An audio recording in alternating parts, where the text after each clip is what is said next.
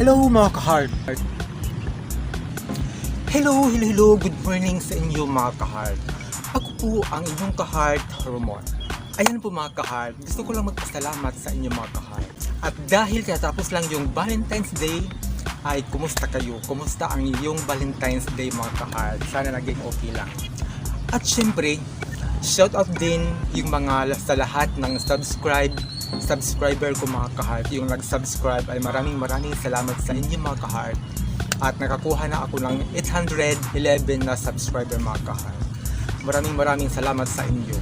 At sa hindi pa nag-subscribe ay mag-subscribe na kayo mga ka-heart. Ayan po, maraming salamat. Subscribe nyo yung KaHEART TV. Ayan po mga ka-heart. At shoutout din kay Rocky Moreno mga ka-heart. Nakakasabay ko siya sa pag-workout sa Quick Fit Gym mga ka-heart. Ayan po.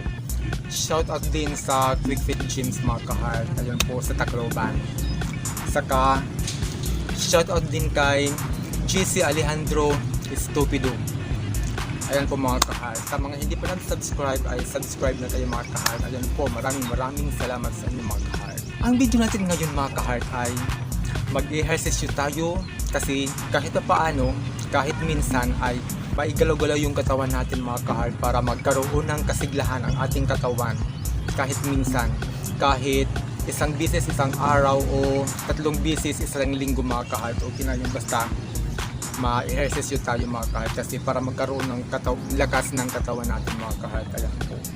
Para yung mga muscles natin ay maigalaw-galaw mga ka-heart para ayun po mga ka-heart. Ngayon ay simulan na natin.